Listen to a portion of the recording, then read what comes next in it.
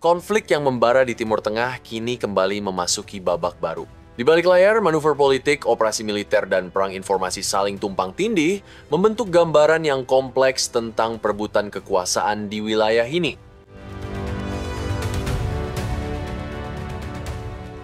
Presiden Amerika Serikat Donald Trump menyiapkan langkah yang digambarkan sebagai paling dramatis sejak eskalasi konflik dimulai.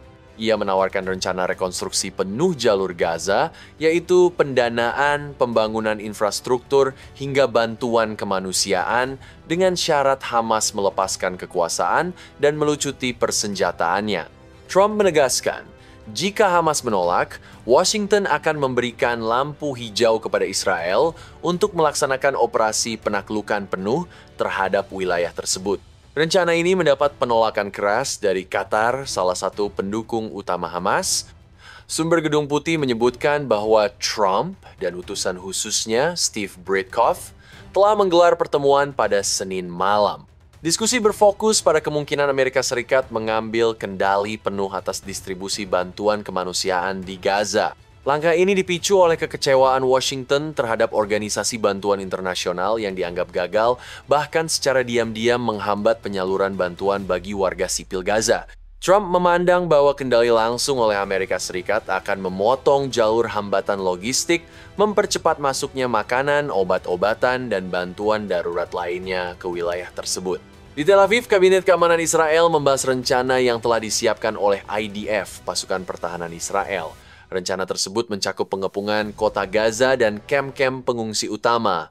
Menteri Pertahanan Yoav Gallant, yang sebelumnya melakukan kunjungan lapangan ke jalur Gaza mendukung penuh langkah ini, sejalan dengan pandangan pucuk pimpinan militer. Di sisi utara, pemerintah Lebanon yang diakui secara internasional sedang meninjau rencana pelucutan senjata Hizbullah. Pertemuan Dewan Menteri berlangsung panas hingga memicu adu mulut antar fraksi. Keputusan akhirnya, militer Lebanon akan menyiapkan rancangan pelucutan senjata Hizbullah ditargetkan rampung akhir tahun ini dan dipresentasikan pada akhir bulan.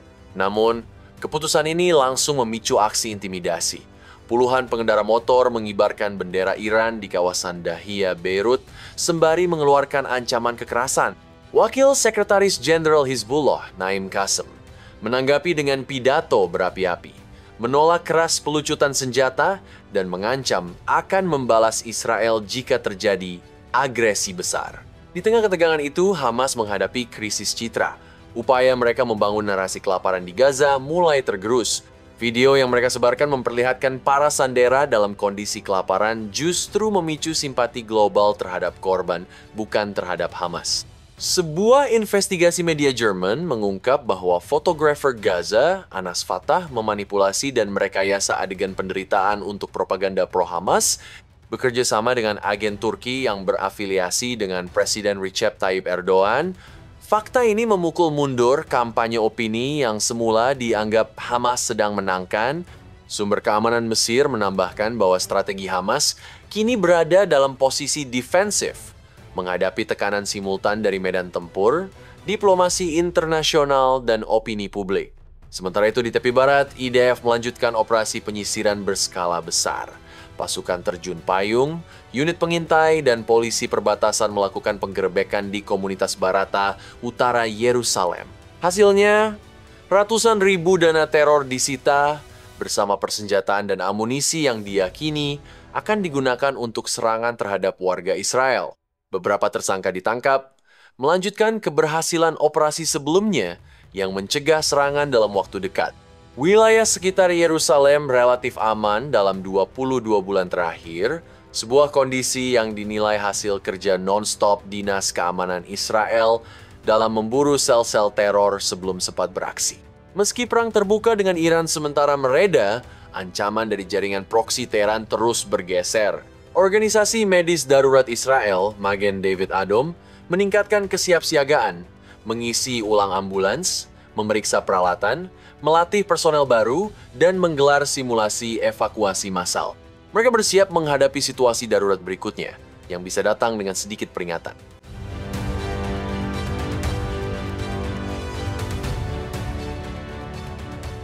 Pada 6 Agustus 2025, sebuah operasi gabungan antara pasukan pertahanan Israel, IDF, dan Badan Keamanan Dalam Negeri Israel, Shin Bet, berhasil menangkap 2 terduga teroris di kamp pengungsian Al-Amari dekat Ramallah pada Rabu sore. Penangkapan ini menjadi sorotan media setelah kedua tersangka diketahui tengah bersantai bermain snooker ketika tim gabungan menyergap lokasi. Menurut pernyataan resmi yang dikutip dari Israel National News dan Ynet News, kedua pria tersebut adalah mantan narapidana keamanan yang dibebaskan dalam setahun terakhir. Intelijen Shin Bet menyebut mereka terlibat dalam upaya membentuk sebuah sel teroris baru yang beroperasi di wilayah Ramallah. Operasi ini melibatkan unit elit Duvdeven dan Gideonim dari kepolisian Israel bekerja sama dengan Brigade Regional Binyamin IDF. Informasi mengenai keberadaan kedua tersangka diperoleh dari pemantauan intelijen intensif selama beberapa minggu terakhir yang memetakan pergerakan dan pola aktivitas mereka. Tim bergerak pada waktu yang telah ditentukan, memblokir akses ke area lokasi target untuk mencegah pelarian. Rekaman video yang beredar di media sosial menunjukkan momen saat pasukan bersenjata lengkap memasuki sebuah ruang rekreasi di mana kedua pria itu terlihat sedang bermain snooker. Selama operasi, pasukan menemukan dan menyita senjata api, laras panjang, serta pistol yang diyakini akan digunakan dalam rencana serangan mendatang. Temuan senjata ini menjadi salah satu bukti utama yang memperkuat tuduhan bahwa keduanya sedang menyiapkan aksi teror. Usai penangkapan, kedua tersangka langsung dibawa ke fasilitas Shin Bet untuk menjalani pemeriksaan intensif. Dalam prosedur keamanan Israel, tersangka kasus terorisme dari wilayah tepi barat biasanya akan diproses di bawah yurisdiksi pengadilan militer. Jika bukti cukup, mereka akan didakwa dengan kepemilikan senjata ilegal, perencanaan serangan, dan keanggotaan organisasi terlarang. Penangkapan ini merupakan bagian dari gelombang operasi kontra-teror yang lebih luas di tepi barat. Dalam beberapa bulan terakhir, Shin Bet dan IDF telah melakukan serangkaian penangkapan terhadap individu dan kelompok yang dicurigai berencana melakukan serangan terhadap sasaran Israel. Awal Juli lalu, pihak keamanan Israel mengumumkan penangkapan lebih dari 60 anggota Hamas dalam operasi terbesar di tepi barat dalam 1 dekade terakhir yang mencakup penyitaan senjata api, bahan peledak, granat, serta penemuan fasilitas bawah tanah di wilayah Hebron. Menurut para analis keamanan, kecenderungan mantan narapidana untuk kembali terlibat dalam aktivitas teror menjadi tantangan serius bagi aparat. Banyak dari mereka yang dibebaskan tetap mempertahankan koneksi dengan jaringan lama atau membentuk sel baru. Pihak keamanan Israel memuji keberhasilan operasi ini sebagai langkah preventif untuk menggagalkan potensi serangan. Namun, penangkapan di wilayah padat penduduk seperti kamp pengungsian Al-Amari berpotensi memicu ketegangan dan bentrokan lanjutan di tepi barat. Di sisi lain, pemberitaan media yang menyoroti frasa ditangkap saat bermain snooker membuat kasus ini viral di platform digital. Walau terdengar ringan, momen tersebut sejatinya hanyalah ujung dari proses operasi intelijen yang panjang dan kompleks. Lanskap konflik di Timur Tengah kini berada pada persimpangan penting.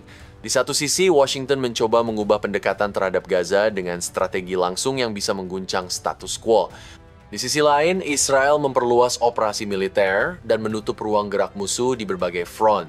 Di luar itu, perang opini dan propaganda terus berlangsung, membentuk persepsi publik internasional yang pada akhirnya akan mempengaruhi legitimasi politik dan militer setiap pihak. Pada akhirnya, muncul sebuah pertanyaan. Apakah manuver politik dan militer yang kini berlangsung di Timur Tengah benar-benar menuju perdamaian atau hanya mengatur panggung bagi konflik yang lebih dahsyat di masa depan? Beritahu kami pendapat Anda di kolom komentar di bawah.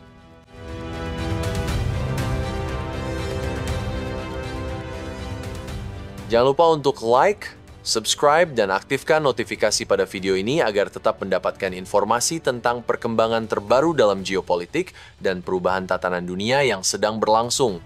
Terima kasih telah menonton dan sampai jumpa di video berikutnya.